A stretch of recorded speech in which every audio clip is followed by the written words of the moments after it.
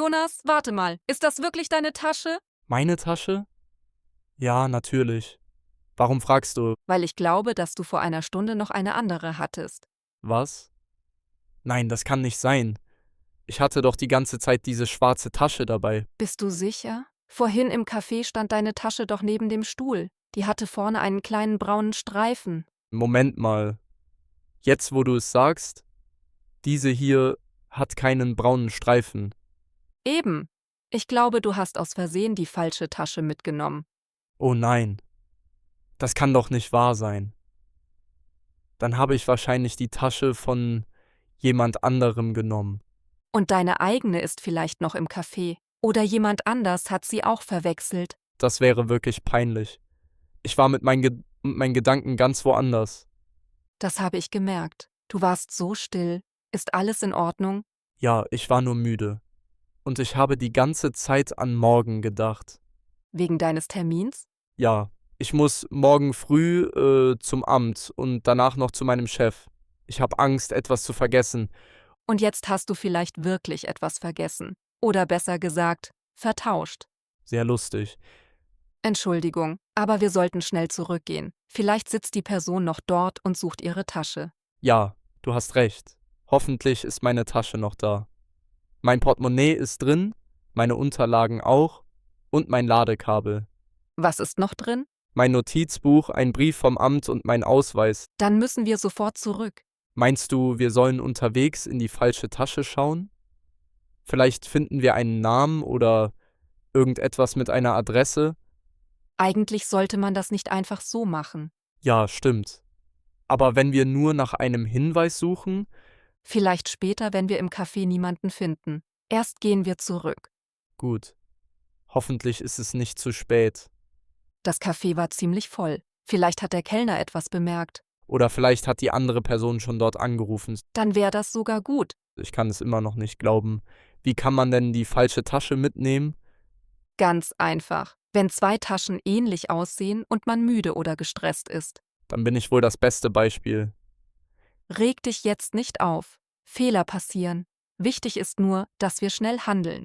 Ja, wenn ich ehrlich bin, habe ich jetzt ein richtig schlechtes Gefühl. Warum?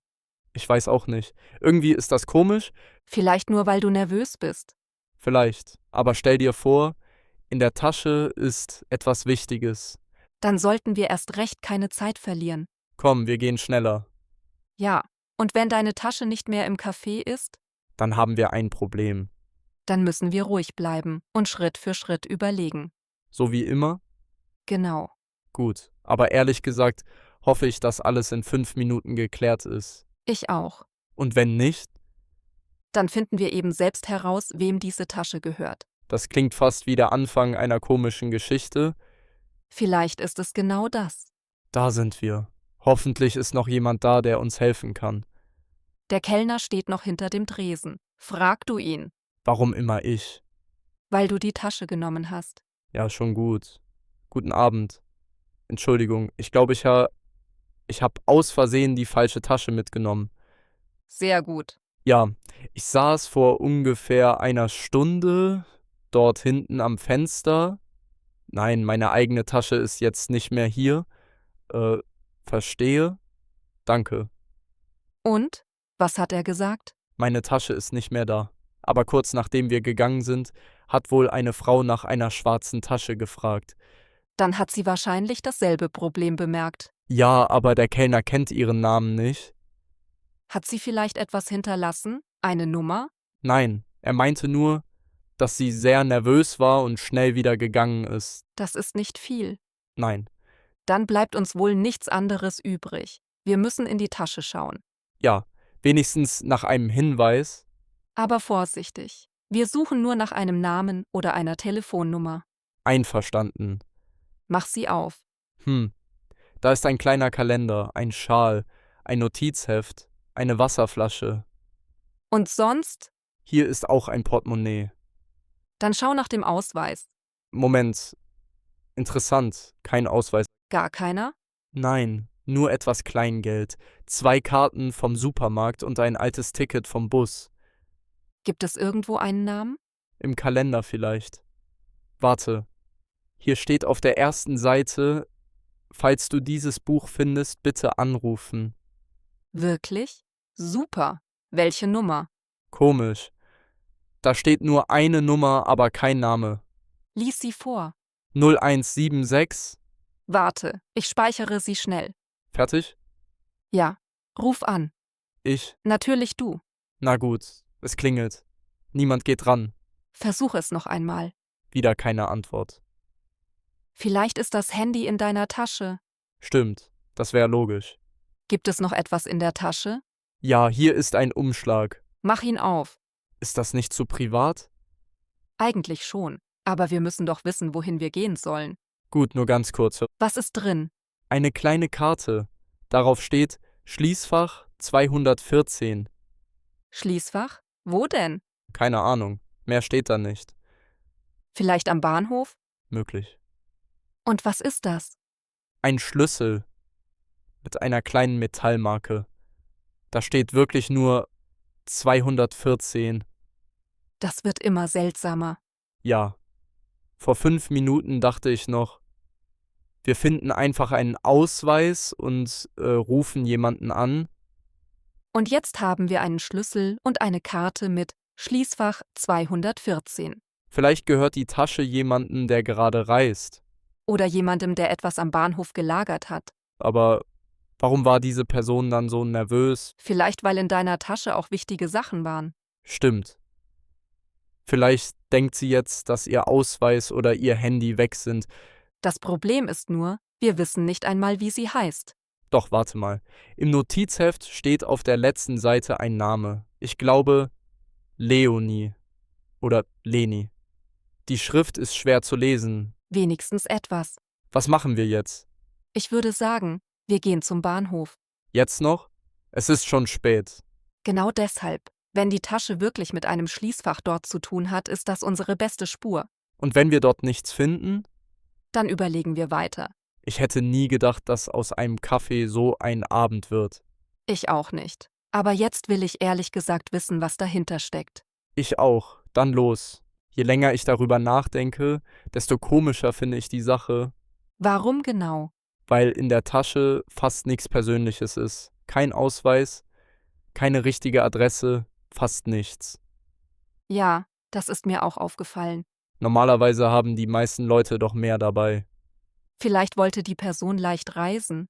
Vielleicht, aber warum dann ein Schlüssel für ein Schließfach? Gute Frage.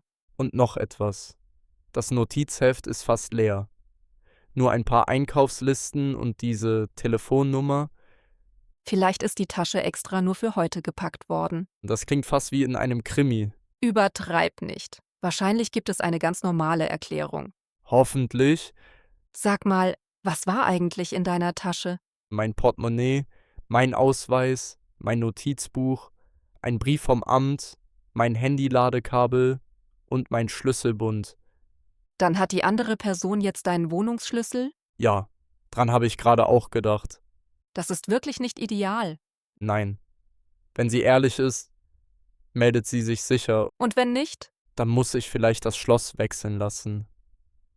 Hoffentlich kommt es nicht dazu. Weißt du, was mich am meisten ärgert? Was denn? Dass ich morgen wichtige Unterlagen brauche.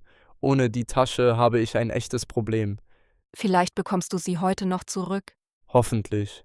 Der Bahnhof ist nicht mehr weit. Wollen wir unterwegs noch einmal die Nummer anrufen? Ja, gute Idee. Du kannst es versuchen. Vielleicht geht die Person eher bei einer unbekannten Nummer ran. Okay, es klingelt. Wieder niemand. Vielleicht ist das Handy ausgeschaltet. Oder im Lautlosmodus. Oder die Nummer ist alt. Möglich. Schau mal, da vorne ist schon der Eingang. Gut. Hoffentlich gibt es dort überhaupt Schließfächer. Wenn nicht, war unser ganzer Weg umsonst. Nicht unbedingt. Dann wissen wir wenigstens, dass wir falsch gedacht haben. So positiv wäre ich auch gern manchmal. Jemand muss es ja sein. Da drüben neben dem Fahrkartenautomaten siehst du die Reihe mit den kleinen Türen? Ja, das sind Schließfächer. Dann könnte 214 tatsächlich hier sein. Lass uns hingehen. 1, 2, 3, hier, 214. Unglaublich. Der Schlüssel passt wirklich? Soll ich es versuchen? Moment, Sind wir sicher, dass wir das dürfen? Ehrlich gesagt nicht. Vielleicht sollten wir erst jemanden vom Personal fragen. Und wenn sie den Schlüssel einfach wegnehmen und wir dann gar nichts mehr erfahren? Das wäre vielleicht trotzdem richtiger. Ja, aber ich will zuerst wenigstens verstehen, ob dieses Schließfach wirklich mit der Tasche zusammenhängt. Ich bin mir fast sicher. Also, Versuch es. Aber nur kurz schauen. gut, Und? der Schlüssel passt. Mach auf. Moment, Was ist drin? nur eine kleine Papiertüte und ein Zettel. Lies den Zettel. Bitte warten. Ich komme um 20 Uhr zurück. Das ist wirklich seltsam. Und es ist jetzt schon fast 20 nach 8. Dann ist die Person vielleicht schon hier gewesen und hat gemerkt, dass etwas nicht stimmt. Oder sie kommt noch. Was ist in der Tüte? Soll ich nachsehen? Jetzt sind wir schon so weit gegangen? Ja. Nur Fotos. Fotos von wem?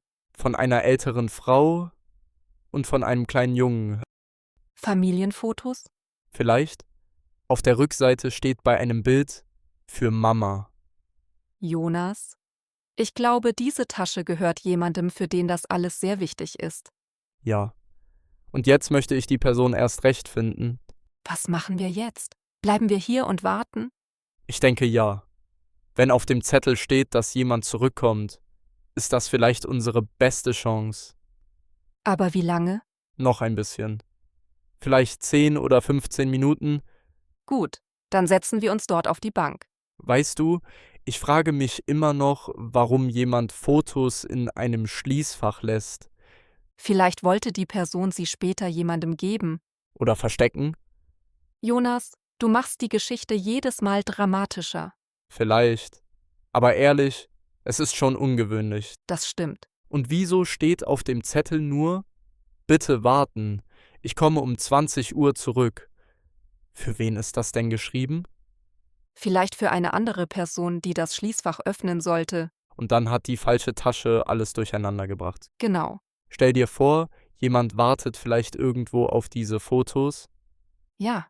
Oder auf die Person selbst. Was denkst du gerade? Dass wir vielleicht die Polizei informieren sollten. Warum so schnell? Naja, wir haben eine fremde Tasche, einen Schlüssel, ein Schließfach und eine unbekannte Frau, die nervös war. Das klingt in deiner Version wirklich schlimmer, als es wahrscheinlich ist. Vielleicht hast du recht, aber ich will nichts falsch machen. Ich auch nicht. Deshalb warten wir erst kurz. Wenn niemand kommt, können wir immer noch Hilfe holen. Einverstanden. Schau mal, da vorne läuft eine Frau hin und her. Die mit dem grauen Mantel? Ja, sie schaut immer wieder zu den Schließfächern. Meinst du, sie gehört dazu? Ich weiß es nicht. Sollen wir sie ansprechen? Warte noch einen Moment. Jetzt schaut sie direkt zu uns. Ja, das habe ich gesehen. Ich gehe hin. Vorsicht, nicht zu direkt. Entschuldigung, suchen Sie vielleicht eine schwarze Tasche? Und? Sie hat nur den Kopf geschüttelt und ist weitergegangen. Dann war sie es wohl nicht. Oder sie wollte nicht mit mir sprechen. Möglich. Vielleicht sehe ich auch einfach verdächtig aus. Im Moment ein bisschen. Ja, Danke. Sehr freundlich. gern. Da kommt ein Mann vom Bahnhofsservice. Oh, hoffentlich fragt er nicht gleich, was wir hier machen. Zu spät. Er kommt direkt auf uns zu. Bleib ruhig. Sag einfach die Wahrheit. Guten Abend. Ja, wir haben versehentlich eine falsche Tasche mitgenommen. Nein, wir wollten nichts stehlen. Ja, natürlich erkläre ich es. Ist er freundlich? Ja, aber vorsichtig. Er fragt, warum wir das Schließfach geöffnet haben. Sag, dass wir einen Schlüssel in der Tasche gefunden haben und die Besitzerin suchen. Ja, genau das ist passiert. Verstehe. Aha. Was jetzt? Er sagt, vor ungefähr einer halben Stunde war tatsächlich eine junge Frau hier und hat nervös nach Schließfach 214 gefragt. Wirklich? Ja. Aber sie konnte es nicht öffnen und ist dann wieder gegangen. Dann hatte sie also nicht den Schlüssel. Genau. Weil der Schlüssel ja in der Tasche war, die ich mitgenommen habe. Dann passt alles zusammen. Ja. Der Mann sagt auch, dass sie vielleicht wiederkommt. Sie meinte wohl, sie müsse unbedingt heute noch etwas holen. Das klingt wichtig. Sehr. Hat sie einen Namen gesagt? Nein, aber er erinnert sich an einen roten Schal. Ein roter Schal? Ja. Warte, in der Tasche ist doch ein Schal. Stimmt, aber der ist dunkelrot. Dann gehört er wahrscheinlich ihr. Jonas, da vorne. Was? Die Frau am Eingang. Grauer Mantel, roter Schal. Das ist vielleicht dieselbe Person. Und diesmal schaut sie direkt zum Schließfach. Dann kommt sie wahrscheinlich zu uns. Ich hoffe nur, dass wir ihr alles gut erklären können. Ja. Und ich hoffe noch mehr, dass sie meine Tasche dabei hat. Sie kommt wirklich näher. Okay, ruhig bleiben. Guten Abend. Entschuldigung, suchen Sie vielleicht diese Tasche? Oh. Sie schaut uns sehr erschrocken an. Ja. Die Tasche wurde heute im Café versehentlich vertauscht. Sie sagt etwas. Moment. Sie sagt so, die Tasche gehört nicht ihr. Was? Aber der rote Schal? Sie meint so, sie war hier, weil sie auf jemanden gewartet hat. Nicht wegen einer Tasche. Oh nein, dann war das ein falscher Hinweis. Entschuldigen Sie bitte. Dann war das ein Missverständnis. Gut, jetzt geht sie. Das war peinlich. Ja, ein bisschen. Und jetzt? Jetzt wissen wir wenigstens, dass sie nicht die richtige Person ist. Langsam verliere ich die Hoffnung. Noch nicht. Wir haben immerhin den Hinweis vom Bahnhofsservice. Eine junge Frau war wirklich hier. Stimmt. Vielleicht kommt sie noch. Oder sie hat schon aufgegeben. Warte mal. Was denn? Auf der Rückseite der kleinen Karte steht noch etwas. Das haben wir vorhin gar nicht gesehen. Wirklich? Ja, ganz klein unten in der Ecke. Da steht, falls etwas passiert, Kiosk Westausgang. Das ist neu? Warum haben wir das vorher nicht bemerkt? Weil es fast nicht lesbar ist. Dann sollten wir sofort zum Westausgang gehen. Ja, vielleicht wartet dort jemand. Oder jemand kennt die Besitzerin der Tasche. Komm, nimm die Tasche und die Fotos wieder mit. Natürlich. Der Westausgang ist doch dort hinten, oder? Ich glaube ja. Lass uns den Mann vom Service fragen. Gute Idee. Entschuldigung, wo ist der Kiosk am Westausgang? Geradeaus und dann links. Danke. Dann los. Hoffentlich sind wir endlich auf dem richtigen Weg. Ich glaube schon. Was, wenn am Kiosk auch niemand etwas weiß? Dann rufen wir die Polizei oder geben die Tasche im Fundbüro ab. Ja. Aber ich würde vorher gern noch einmal alles versuchen. Das sehe ich genauso. Da ist der Kiosk, Der Verkäufer räumt schon ein paar Sachen weg. Vielleicht schließt er bald. dann schnell. Guten Abend. Entschuldigung, kennen Sie vielleicht eine junge Frau, die eine schwarze Tasche sucht? Er antwortet direkt. Was? Wirklich? Was sagt er? Er kennt keine Frau mit Tasche, aber er kennt das Schließfach 214. Wie bitte? Er sagt, heute war schon einmal ein Mädchen hier. Nicht mehr ganz jung, eher vielleicht Anfang 20. Sie fragte, ob jemand nach einer Nachricht für Leonie gefragt hat. Leonie, das ist vielleicht der Name aus dem Notizheft. Ja, Dann sind wir richtig. Frag weiter. ja. Und was haben Sie ihr gesagt? Aha, verstehe. Na? Er sagte ihr, dass niemand da war. Dann hat sie eine halbe Stunde draußen gewartet und ist wieder gegangen. Hat sie etwas gesagt? Wohin sie geht? Ja, sie meinte angeblich, sie müsse noch kurz zur alten Brücke. Zur alten Brücke? Welche Brücke? Er meint die kleine Fußgängerbrücke hinter dem Bahnhof. Das wird immer merkwürdiger. Ja, aber jetzt haben wir wenigstens einen neuen Ort. Dann gehen wir hin. Glaubst du, wir finden sie dort? Wirklich? Ich weiß es nicht. Aber inzwischen möchte ich nicht nur deine Tasche zurückbringen. Ich will auch wissen, warum diese Frau so dringend zu diesem Schließfach musste. Ich auch. Dann los, bevor es noch später wird. Und falls wir sie dort treffen, sagen wir sofort klar, was passiert ist. Genau. Keine langen Erklärungen, einfach die Wahrheit. Gut, hoffentlich hört sie uns überhaupt zu. Das muss sie. Schließlich haben wir wahrscheinlich etwas, das ihr wichtig ist. Hier ist es ziemlich dunkel. Ja, am Tag ist dieser Weg harmlos, aber abends wirkt alles anders. Hoffentlich sind wir nicht komplett falsch. Schau mal nach vorne. Dort steht jemand. Meinst du die Frau an dem Geländer? Ja, Sie hält etwas in der Hand. vielleicht ein Handy. Sollen wir hingehen? Langsam, nicht erschrecken. Entschuldigung. Leonie? Sie dreht sich um. Und? Ich glaube ja. Sie sieht überrascht aus. Sie fragt, wer wir sind. Sag es ihr. Wir haben heute im Café aus Versehen eine Tasche vertauscht. Wir glauben, dass diese Tasche Ihnen gehört. Jetzt schaut sie direkt auf die Tasche. Sie sagt, endlich, Dann ist sie es wirklich. ja. Aber sie wirkt nicht erleichtert, eher angespannt. Vielleicht, weil sie deine Tasche hat. Entschuldigung, haben Sie vielleicht auch meine Tasche? Schwarze Tasche, brauner Streifen vorne? Sie nickt. Gut, dann können wir tauschen. Moment, sie sagt etwas. Was? Dass es ihr leid tut und dass sie schon den ganzen Abend nach uns sucht.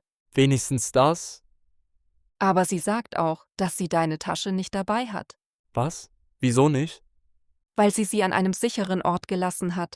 Das ist jetzt nicht dein Ernst. Ruhig, frag warum. Warum haben Sie meine Tasche nicht mitgebracht?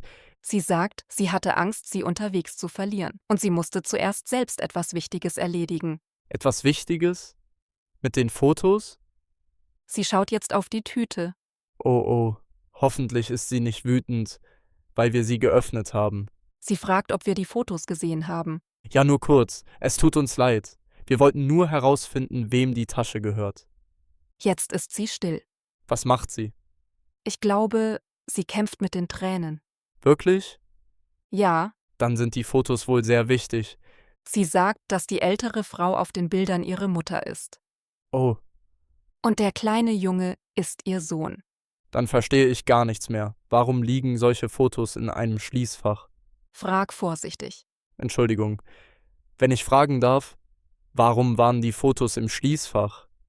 Sie sagt, dass ihre Mutter heute ins Krankenhaus gekommen ist. Sehr plötzlich. Oh nein. Und sie wollte ihrem Sohn ein paar Fotos von der Großmutter bringen, weil der Junge morgen zu seinem Vater fährt. Deshalb musste sie unbedingt heute holen. Genau. Und warum das Schließfach? Weil ihre Freundin die Fotos dort für sie hinterlegt hat. Sie selbst musste arbeiten und konnte sie vorher nicht abholen. Jetzt ergibt alles Sinn. Fast. Was fehlt noch? Deine Tasche. Stimmt. Sie sagt, deine Tasche ist bei ihrer Nachbarin. Dort ist sie sicher. Gut, immerhin. Aber sie wirkt immer noch sehr gestresst. Klar, wenn die Mutter im Krankenhaus ist, hat man andere Sorgen als eine vertauschte Tasche. Ja, Hören Sie, wir können direkt mit Ihnen zu Ihrer Nachbarin gehen und dann die Taschen tauschen. sie sagt, dass sie zuerst kurz ins Krankenhaus muss. Jetzt sofort? Ja, ihre Mutter hat gerade angerufen. Dann geben wir ihr zuerst ihre Tasche. Und was ist mit deiner? Das ist jetzt nicht das Wichtigste. Sicher. Ja, wenn Ihre Mutter im Krankenhaus ist, kann meine Tasche eine Stunde warten. Das ist nett von dir. Sag das nicht zu laut, sonst gewöhne ich mich daran. Zu spät. Also, hier ist Ihre Tasche. Sie bedankt sich. Sehr oft. Und sie gibt uns eine Adresse. Wirklich? Ja, Ihre Nachbarin heißt Frau Becker. Dort können wir meine Tasche abholen. Dann wissen wir wenigstens, wohin wir müssen. Sie sagt auch, dass sie uns später anrufen wird. Gut, dann gehen Sie ins Krankenhaus. Jetzt lächelt sie zum ersten Mal ein bisschen. Wenigstens etwas Gutes heute. Komm, dann suchen wir jetzt Frau Becker. Das ist also die Adresse. Das Haus müsste hier irgendwo sein. Nummer 18, 20. Ah, da vorne. Nummer 22. Gut. Hoffentlich ist Frau Becker noch wach. Nach diesem Abend wundert mich gar nichts mehr. Klingel einfach. Ja. Oh, jemand meldet sich. Guten Abend, hier ist Jonas. Leonie hat uns geschickt. Es geht um eine vertauschte Tasche. Und? Die Tür geht auf. Super. Guten Abend. Entschuldigung für die späte Störung. Sie ist freundlich. Das ist schon mal gut. Ja. Sie sagt, Leonie hat vor etwa einer Stunde beide Taschen bei ihr gelassen. Dann ist sie also wirklich vorsichtig gewesen. Offenbar. Frag nach deiner Tasche. Ja. Das ist sie. Genau. Der braune Streifen vorne. Endlich. Ich bin wirklich erleichtert. Schau kurz nach, ob alles drin ist. Ja. Mein Portemonnaie, mein Ausweis, mein Notizbuch, der Brief, das Ladekabel und mein Schlüsselbund. Alles da. Dann ist ja alles gut ausgegangen. Ja. Zum Glück. Frau Becker sagt noch etwas. Was? dass Leonie in letzter Zeit viel Stress hat. Wegen ihrer Mutter? Ja, aber nicht nur. Was noch? Ihr Sohn wohnt normalerweise bei ihr, aber morgen fährt er für 2 Wochen zu seinem Vater. Und heute wollte sie ihm unbedingt noch die Fotos geben. Dann war der ganze Abend für sie wahrscheinlich noch viel schlimmer als für uns. Genau. Jetzt verstehe ich, warum sie im Café so nervös war. Und warum sie am Bahnhof aufgelöst war. Ich bin froh, dass wir die Tasche nicht einfach im Fundbüro gelassen haben. Ja, diesmal war es gut, dass wir weitergesucht haben. Frau Becker sagt auch, dass Leonie eigentlich ein sehr organisierter Mensch ist, aber heute kam einfach alles zusammen. So wie bei dir heute Morgen. Danke, das musste jetzt natürlich kommen, Gern. aber ja, vielleicht stimmt es. Wenn man gestresst ist, macht man schneller Fehler. Genau. Entschuldigung, Frau Becker, und vielen Dank für Ihre Hilfe. Sie sagt, kein Problem. Und sie meint, Leonie wird sich sicher noch melden. Das hoffe ich. Ich möchte ihr noch sagen, dass alles in Ordnung ist. Und vielleicht gute Besserung für ihre Mutter wünschen. Ja, Komm, lass uns gehen. Es ist spät. ja. Aber irgendwie fühlt sich jetzt alles leichter an. Weil wir endlich wissen, was passiert ist. Genau Und weil du deine Tasche wieder hast. das auch. Sag mal ehrlich, am Anfang dachtest du doch, wir sind in irgendeiner geheimen Geschichte gelandet. Ein bisschen schon. Und jetzt? Jetzt denke ich, dass hinter seltsamen Situationen oft einfach ganz normale menschliche Probleme stecken. Das ist schön gesagt. Danke. Trotzdem war es spannend. Ja, das war es wirklich. Und stell dir vor, ich hätte am Anfang nicht gemerkt, dass es die falsche Tasche ist. Dann hätte Leonie die Fotos vielleicht nie rechtzeitig bekommen. Oder erst morgen. Und mein Amtstermin wäre auch eine Katastrophe geworden. Also hatte dein Fehler am Ende doch noch etwas Gutes. Das ist jetzt aber sehr positiv gedacht. Ich versuche es wenigstens. Mein Handy vibriert. Wer ist es? Eine unbekannte Nummer. Geh ran, vielleicht ist es Leonie. Hallo? Ja. Oh, Leonie? Und? Ja, wir haben die Tasche bekommen. Nein, alles ist da. Ja, natürlich. Das tut mir leid wegen Ihrer Mutter. Gern geschehen. Ja. Auf Wiederhören. Was hat sie gesagt? Ihre Mutter ist jetzt stabil. Und Ihr Sohn hat die Fotos bekommen. Oh, das ist schön. Ja. Sie klang viel ruhiger. Dann ist doch wirklich alles gut ausgegangen. Fast alles. Was fehlt noch? Ein ruhiger Abend.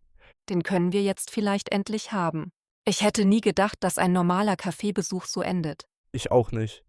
Heute Morgen dachte ich, mein Tag wird stressig. Aber so habe ich ihn mir trotzdem nicht vorgestellt. Wenigstens ist jetzt alles geklärt. Ja, und ehrlich gesagt habe ich aus der Sache etwas gelernt. Nur etwas? Na gut. Mehrere Dinge. Erstens, ich sollte besser auf meine Sachen achten. Das auf jeden Fall. Zweitens, wenn etwas schief geht, bringt Panik gar nichts. Genau. Und drittens, hinter jedem Problem steckt eine Geschichte, die man von außen nicht sieht. Das stimmt wirklich. Am Anfang dachten wir, die Sache ist geheimnisvoll und seltsam. Ja. Und am Ende war sie vor allem traurig und menschlich. Und trotzdem spannend. Sehr sogar. Weißt du, was ich gut fand? Was denn? Dass du am Ende nicht zuerst an deine Unterlagen gedacht hast, sondern an Leonie und ihre Mutter. Vielleicht weil ich gemerkt habe, dass meine Probleme in dem Moment kleiner waren als ihre. Das war nett von dir. Danke. Aber ohne dich hätte ich wahrscheinlich nur 10 Minuten lang panisch meine Tasche gesucht und dann aufgegeben. Das glaube ich sofort. Danke für dein Vertrauen. Gern. Weißt du, was auch interessant war? Was? Wie viele Alltagssituationen wir heute in ein paar Stunden erlebt haben.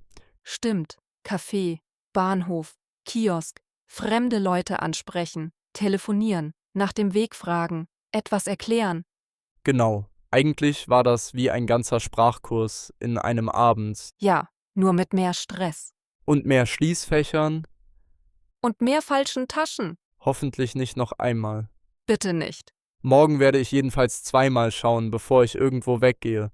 Das solltest du wirklich. Und du? Was hast du gelernt? Dass man manchmal einfach weitergehen muss, auch wenn man noch nicht die ganze Lösung kennt.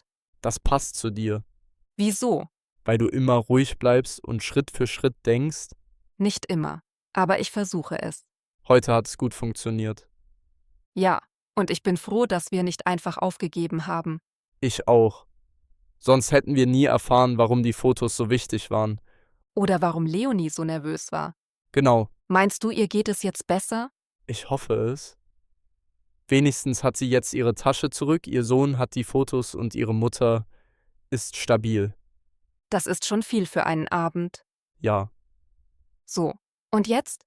Jetzt gehe ich nach Hause, lege meine Tasche direkt neben die Tür und kontrolliere 3-mal, ob es wirklich meine ist. Sehr vernünftig. Und dann trinke ich einen Tee und schlafe hoffentlich sofort ein. Das hast du dir verdient. Du auch? Danke. Ach, noch etwas. Was denn?